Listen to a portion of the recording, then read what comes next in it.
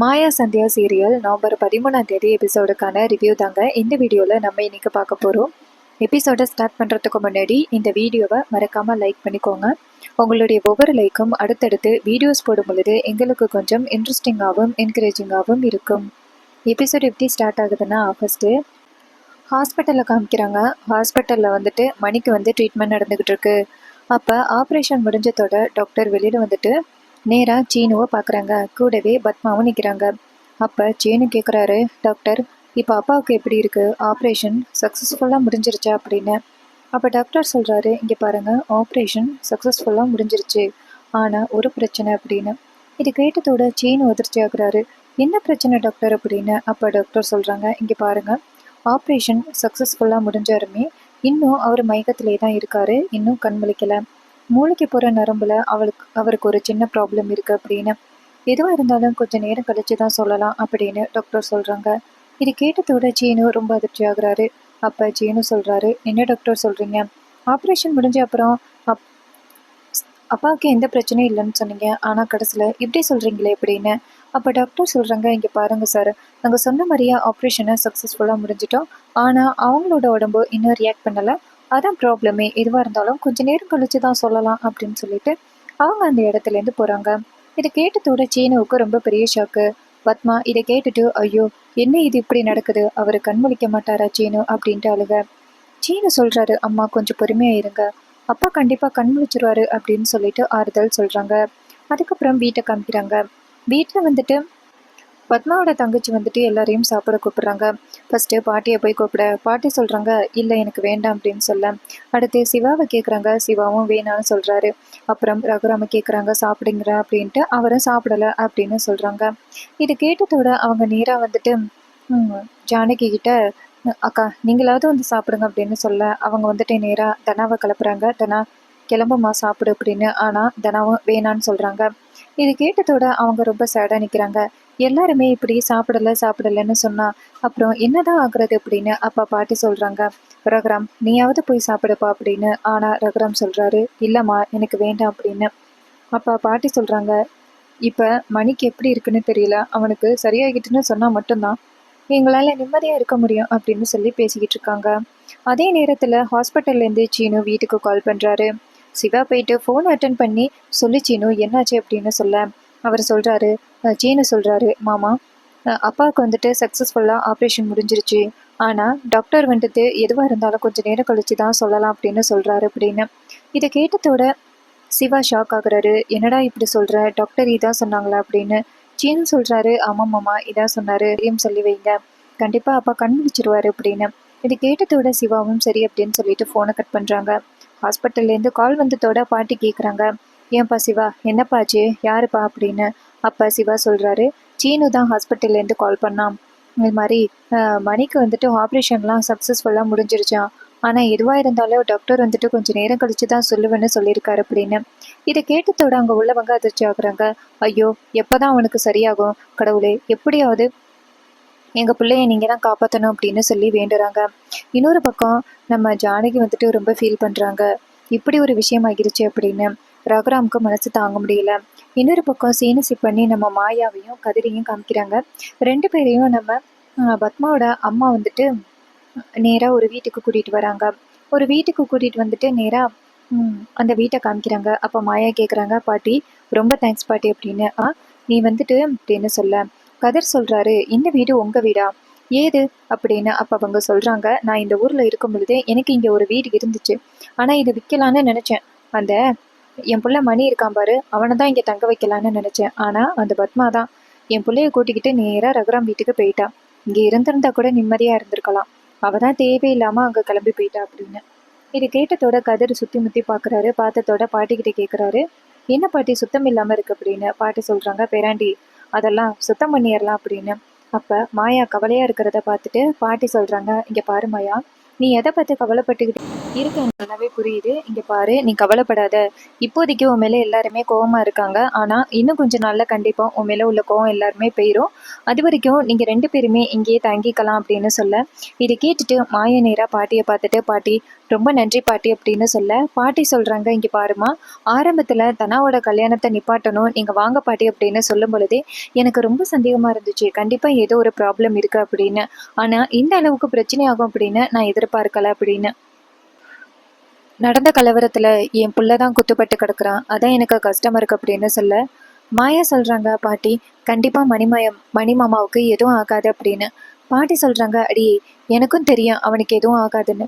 சின்ன வயசுல அவன் கிணத்துல விழுந்துட்டான். அப்ப மூச்சு பேச்சு இல்லாம கிடந்தான். அதுக்கப்புறம் தானா பொழைச்சிக்கிட்டான். அதே மாதிரி இப்பயும் என் புள்ள பொழைச்சிப்பான். ஆனா எனக்கு என்ன கவலை தெரியுமா? அவன் குத்துப்பட்டு கிடக்குறான். அப்படி குத்துனப்ப எந்த அளவுக்கு அவன் வருத்தப்பட்டிருப்பான், அவனுக்கு வலிச்சிருக்கும். அதை தான் நினைச்சாதான் எனக்கு ரொம்ப கவலையா இருக்கு. நாளைக்கு காலையில பாரு, என் புள்ள எந்திரிச்சு ஜம்முன்னு உட்காந்துருப்பான், நீங்க பார்க்க தான் போறீங்க அப்படின்னு. இதை கேட்டுட்டு மாயாவும் சரி பாட்டி அப்படின்னு சொல்ல, அப்ப பாட்டி சொல்றாங்க, இங்க பாருங்க, நீங்களும் கவலைப்படாதீங்க, பிரச்சனை சீக்கிரம் சரியாகிரும். சரி, உங்க 2 பேருக்கும் சாப்பிட்றதுக்கு ஏதாவது நான் வாங்கிட்டு வரேன் அப்படின்னு. பாட்டி சொல்றத கேட்டுட்டு கதிர் சொல்றாரு, பாட்டி இந்த நேரத்துல நீங்க எங்க போறீங்க? நான் போயிட்டு ஏதாவது வாங்கிட்டு வரேன் அப்படின்னு. ஆனா பாட்டி சொல்றாங்க, இங்க பாருப்பா, ஏற்கனவே நடந்த பிரச்சனையால இந்த ஊர்ல உள்ளவங்க யாராவது உங்களை பார்த்தா ரொம்ப பெரிய ப்ராப்ளம் ஆயிரும். அதனால நீ வந்துட்டு போக வேணாம், நானே போயிட்டு வாங்கிட்டு வரேன் அப்படின்னு சொல்லிட்டு பாட்டி அந்த இடத்துல இருந்து போறாங்க. பாட்டி போனதோட கதிர் சொல்றாரு, ஒரு பிரச்சனை நடக்கும் அப்படின்னு தெரியும், ஆனா இந்த அளவுக்கு பிரச்சனை நடக்கும்னு நான் எதிர்பார்க்கல அப்படின்னு. அப்ப மாயா சொல்றாங்க, இங்க பாரு கதிர், என்ன நடந்தாலும் தயவு செஞ்சு தனாவை மட்டும் கைவிட்டுறாத. ஏற்கனவே நடந்த பிரச்சனையால அந்த கார்த்தி வேற ரொம்ப கோவத்துல இருக்கான். கண்டிப்பா அவனோட கோவத்தை தனா மேலேயோ இல்ல நம்ம மேலேயோ காமிக்கிறதுக்கு முயற்சி பண்ணுவான். அதனால நீ எப்பவுமே தனாவுக்கு பாதுகாப்பா இருக்கணும் அப்படின்னு. அப்ப அந்த கதிர் சொல்றாரு, இங்க பாரு, தனா வந்துட்டு என்னோட ரிலேஷனா இருக்கும் பொழுதே அவளுக்கு ஒரு பிரச்சனை நடக்க போகுதுன்னு தெரிஞ்சதோட அவ பிரச்சனையை சால்வ் பண்றதுக்காக நான் ரொம்ப முயற்சி பண்ணேன். இப்ப அவ கழுத்துல நான் தாலி கட்டியிருக்கேன். ஸோ கண்டிப்பா அவளுக்கு என்ன பிரச்சனையா இருந்தாலும் நான் அவளுக்கு துணையா நிற்பேன் அப்படின்ட்டு கதிர் சொல்றாரு. இது கேட்டதோட மாயா சொல்றாங்க, கதிர் நீ தான் வந்துட்டு தனாவுக்கு பாதுகாப்பா இருக்கணும். எனக்கு இப்ப என்ன கவலைன்னா, நான் என்ன பண்ணாலுமே சரியா தான் செய்வேன் அப்படின்னு அப்பா எப்பவுமே நினைப்பாரு பெரியப்பா. ஆனா இந்த வாட்டி நான் எந்த காரணத்துக்காக இப்படி பண்ணியிருக்கேன் அப்படிங்கிறத அவர் புரிஞ்சுக்காம இருக்காரே, அதுதான் எனக்கு கவலையா இருக்கு. இந்த வீட்ல உள்ள பிரச்சனையெல்லாம் சரி பண்ணி நம்ம எப்ப அமைதியா இருக்க போறோம்? அந்த புவனேஸ்வரி இப்படி பண்ணுவான்னு நான் நினைச்சு கூட பார்க்கவே இல்லை அப்படின்னு கதிர் சொல்றாரு. கவலைப்படாத மாயா, கண்டிப்பா இந்த பிரச்சனையெல்லாம் ஒரு நாள் சால்வ் ஆகும் அப்படின்னு. இன்னொரு பக்கம் சீனசி பண்ணி நேரா நம்ம ஜானகியை காமிக்கிறாங்க. ஜானகி வந்துட்டு தனாவை மடியில படுக்க வச்சு தூங்க வச்சுக்கிட்டு இருக்காங்க. இன்னொரு பக்கம் நம்ம ரகுராம காமிக்கிறாங்க. ரகுராமுக்கு சுத்தமா தூக்கமே வரல. அங்கேயும் இங்கேயும் நடந்துகிட்டு இருக்காரு. என்னடா இது இப்படி இருக்கே அப்படின்னு சொல்லிட்டு அங்கேயும் இங்கேயும் நடந்துகிட்டு இருக்காரு. இன்னொரு பக்கம் நம்ம பத்மாவும் சீனுவும் வந்துட்டு எப்ப மணியை வந்து பார்த்துட்டே இருக்காங்க, அவர் எப்போ வந்துட்டு கண்மொழிப்பார் அப்படின்னு.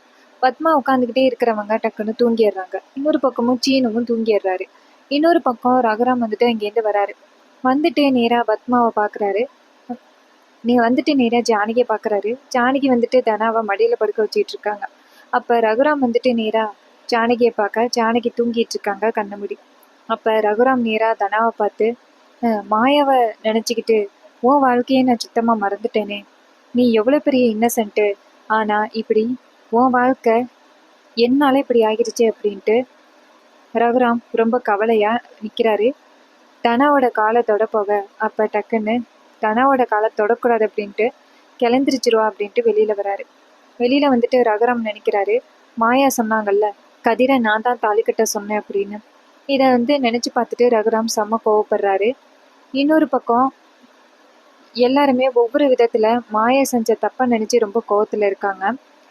இன்னொரு பக்கம் வெளியில நம்ம ஜானகி தூங்கிட்டு இருக்கும் பொழுது டக்குன்னு தனா கூப்பிடுற மாதிரியே காதுல விழுகுது. தனா இல்லைங்க, சந்தியா கூப்பிடுற மாதிரி காதுல விழுகுது. அப்ப ஜானகி நேரா சந்தியா அப்படின்னு சொல்ல, அப்ப சந்தியா என்ன சொல்றாங்கன்னா, இங்க பாரு, நம்ம 2 பெண்களோட வாழ்க்கையும் ரொம்ப ஆபத்துல இருக்கு. நீ தான் எப்படியாவது இவங்களோட வாழ்க்கையை காப்பாற்றணும். தனா நல்லா இருப்பா, நீ கவலைப்படாத. தனாவை பற்றி இனிமேல் நீ கவலைப்பட வேண்டிய அவசியமே கிடையாது.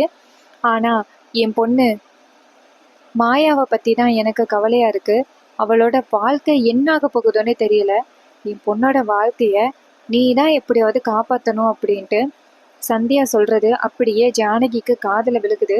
அப்போ டக்குன்னு ஜானகி கிளம்புறாங்க. பார்த்தா இவ்வளோ நேரம் நம்ம ஜானகி கனவு கண்டிருக்காங்க. சந்தியா வந்துட்டு ஏதோ சொல்கிற மாதிரி. அப்போ வெளியில் வந்துட்டு குடுகுடுப்பக்காரன் சத்தம் கேட்குது. அதை கேட்டதோட நம்ம ஜானகிக்கு ரொம்ப அதிர்ச்சி. என்னன்னா கெட்ட காலம் பிறக்குது கெட்ட காலம் பிறக்குது அப்படின்னே அவர் குடுகுடுப்பு அடிக்கிறாரு. இதை பார்த்ததோட நம்ம ஜானகிக்கு அதிர்ச்சி. என்ன இது, அவர் கெட்ட காலம் பிறக்குதுன்னு சொல்றாரு அப்படின்னு. குடுகுடுப்பக்காரன் சொல்றான், கெட்ட காலம் பிறக்குது, இந்த வீட்டில் உள்ள 2 பேரோட வாழ்க்கை அழிய போகுது அப்படின்னு சொல்லிட்டு அந்த குடுகுடுப்பக்காரன் சொல்றான். இதை கேட்டுட்டு ஜானகி அதிர்ச்சி ஆகுறாங்க.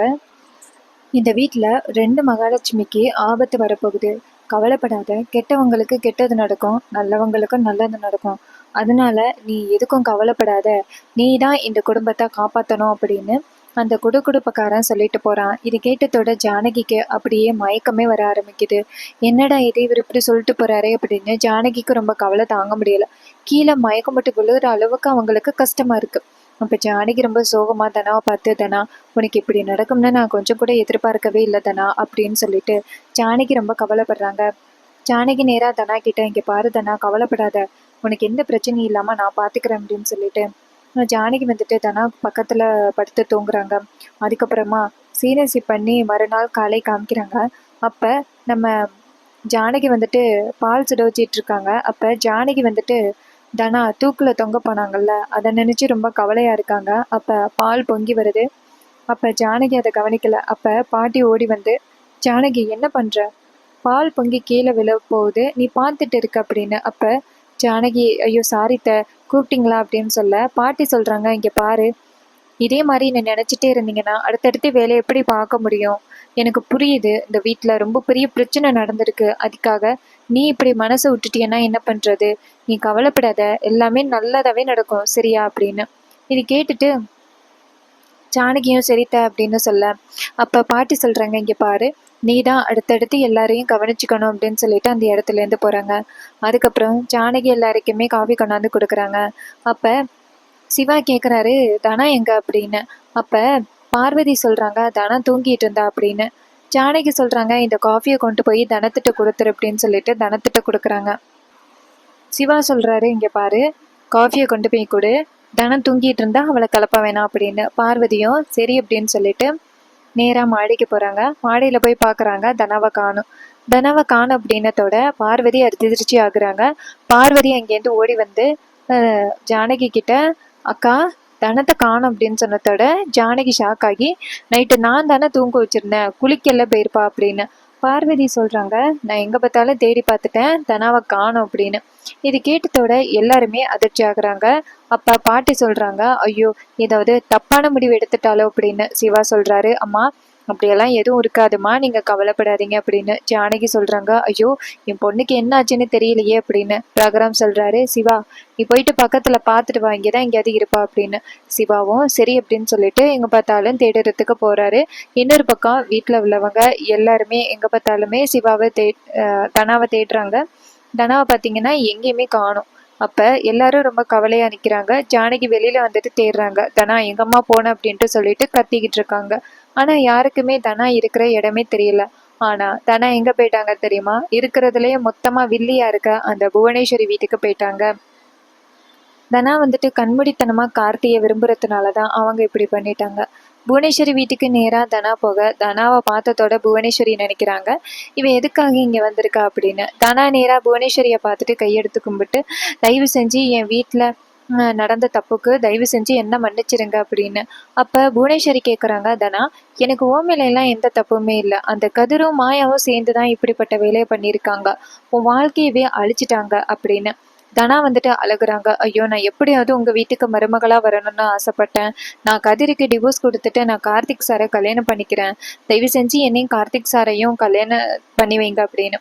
புவனேஸ்வரி நினைக்கிறாங்க, ஆஹா ஆடு தானா நம்ம நினச்ச மாதிரி வந்து மாட்டிக்குதே, நம்ம என்ன பண்ணலாம் அப்படின்னு புவனேஸ்வரி நினைக்கிறாங்க. அப்போ புவனேஸ்வரியோட அண்ணன் பசுபதி நேராக புவனேஸ்வரியை தனியாக கூப்பிட்றாரு.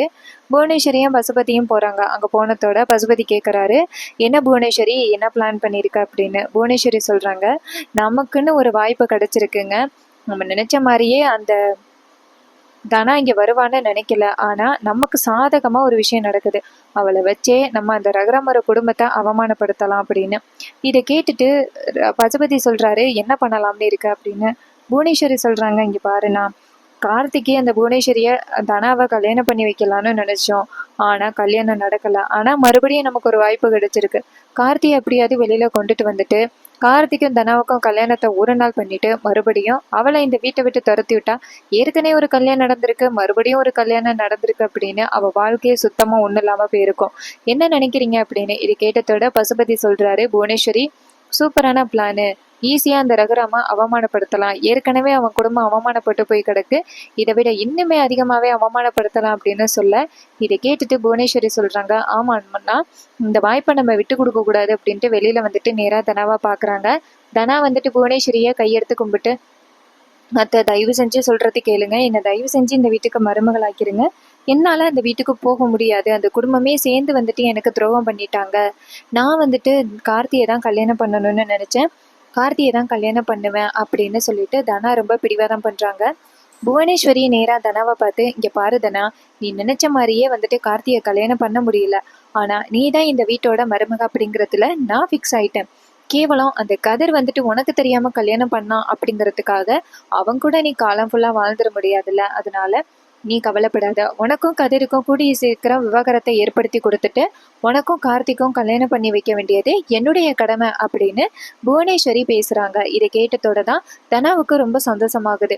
எங்க நீங்க என்ன கைவிட்டுருவீங்களோ அப்படின்னு நினைச்சேன், நல்ல வேளை நீங்க எனக்கு உதவி பண்றீங்க அப்படின்னு. அதுக்கு புவனேஸ்வரி சொல்றாங்க, இங்க பாருமா, கார்த்தியே நீயும் காதலிச்சது எனக்கு தெரியும். கதிர் வந்துட்டு எந்த அளவுக்கு மோசமானவன், மாயா திட்டம் போட்டு இதெல்லாம் பண்ணியிருக்கிறா.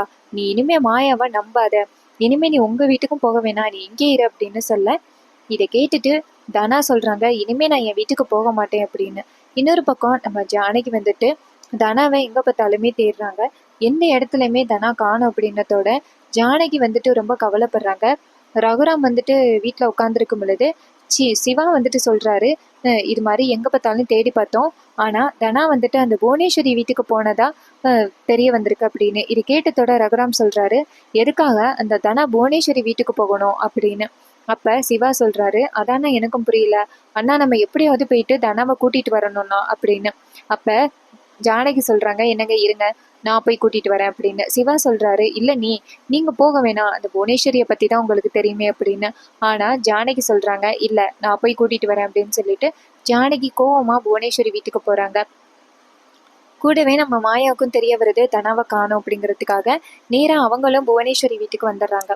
அங்க வந்துட்டு நேரா ஜானகி வந்துட்டு, ஏய் புவனேஸ்வரி வெளியில வாடி அப்படின்னு சொல்ல, புவனேஸ்வரி வெளியில வந்துட்டு, ஏய் எவ்வளவு தைரியம் இருந்தா என்ன வந்துட்டு போடி வாடின்னு சொல்லு அப்படின்னு.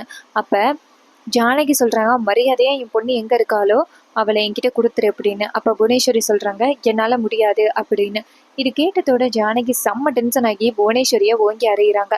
ரொம்பவே சூப்பரா அப்கமிங் எபிசோடு இருக்க போகுது. இதே மாதிரி இனிமே அப்டேட்ஸ் வேணும்னா நம்ம சேனலை மறக்காம சப்ஸ்கிரைப் பண்ணிக்கோங்க. இது வரைக்கும் இந்த வீடியோவை கண்டினியூவா வாட்ச் பண்ண உங்க எல்லாருக்குமே ரொம்ப நன்றிங்க. அடுத்த வீடியோல பார்க்கலாம். தேங்க்ஸ் ஃபார் வாட்சிங்.